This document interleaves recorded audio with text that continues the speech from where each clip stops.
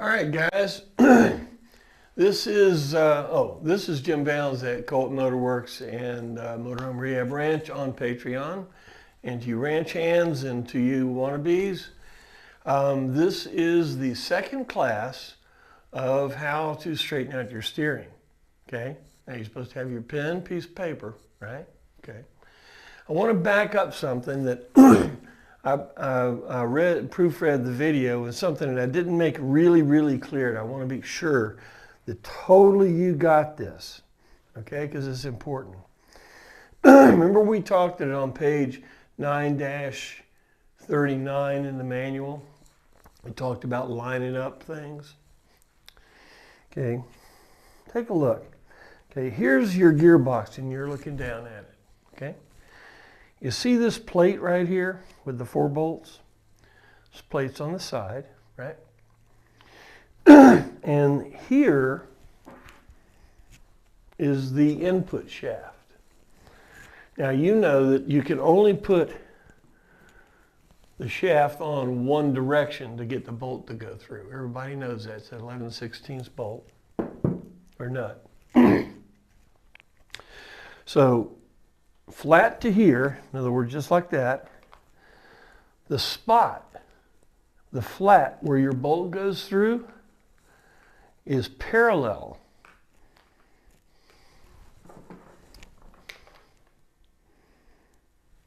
to the flat.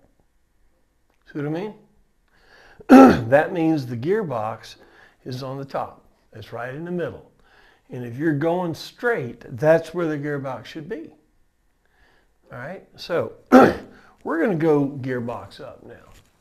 Okay, gearbox up. Well, by the way, hang on a minute. We're getting serious here. Let's let me get down to. All right. So here's your gearbox. Let's let it face up. Okay, sitting like that, bolted to the frame. Your bell crank is going down, and right here is where this little Doom-afflictor goes, right? Going into the gearbox. Remember the bolt. We've set this thing up on the top. The bolt goes right like that, right? Opens up a little bit, and you know, if you look at the meat that's on that thing, I mean, look at that. And a bolt is supposed to pull that in. If you have any play, any up and down movement or any movement like this, she ain't tight enough. We break grade 8 bolts with an impact, trying to get this sucker tight enough on here. And if you don't, you're at Disney, okay? When you put this thing in there, you put your bolt in there like that, you pound it in, line the bolt up, and hammer that sucker tight until it will not move again, okay? So this is the bottom part of the weakest part in your steering, the steering shaft. This is the top of it. This goes into the gearbox.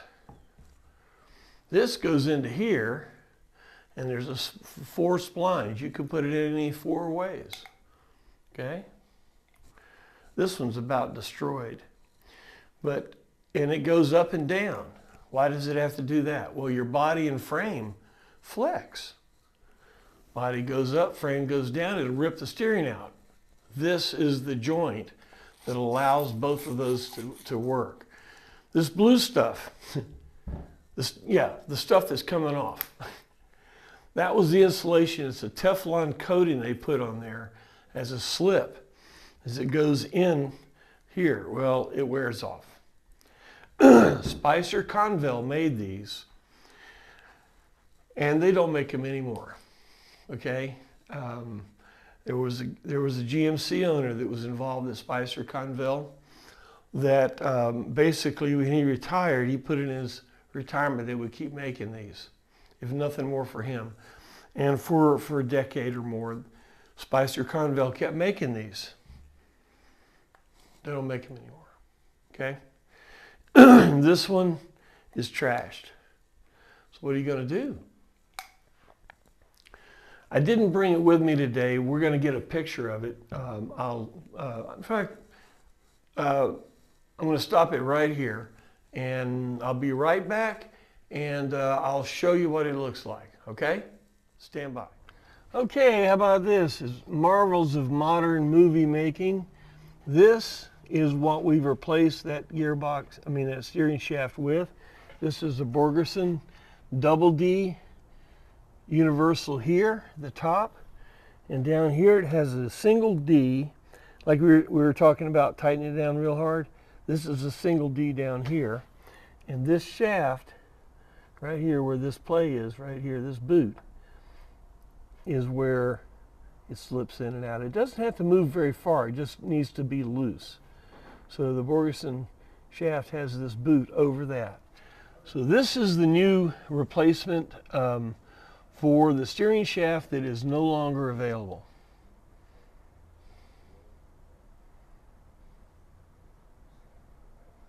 Boom, I'm back. Isn't that cool? It's amazing what iPhones will do in Bluetooth mics. It's just crazy. All right, so I showed you the Borgerson. So it replaces these, okay? I knew you were going to ask costs, and I was trying to think about it. I've forgotten, but it's about the same price if you had to get one of these, something like $350 or somewhere around there. These are not available. I have two, but they're not available. Okay? The thing that makes it unique, if you saw on the Borgerson Double D, this is the unique part. It's a CV joint. It's underneath here. It's a CV joint.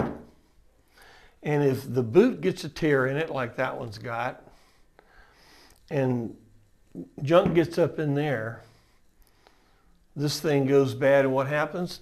Locks your steering column, locks your steering wheel.